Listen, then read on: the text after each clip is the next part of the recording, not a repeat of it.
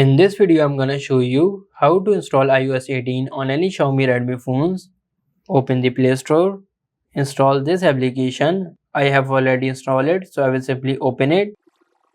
Allow all the permissions. Tap on Layout. Now enable the dark mode.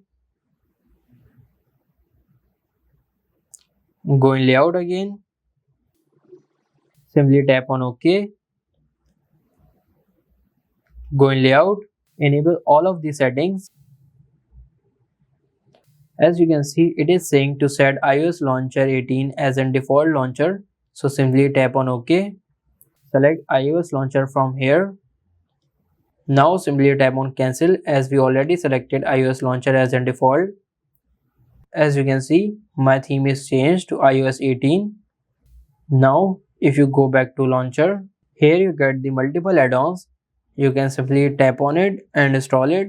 So this is how you can install iOS 18 on any Xiaomi Redmi phone. If this video helps you, like this video and subscribe the channel.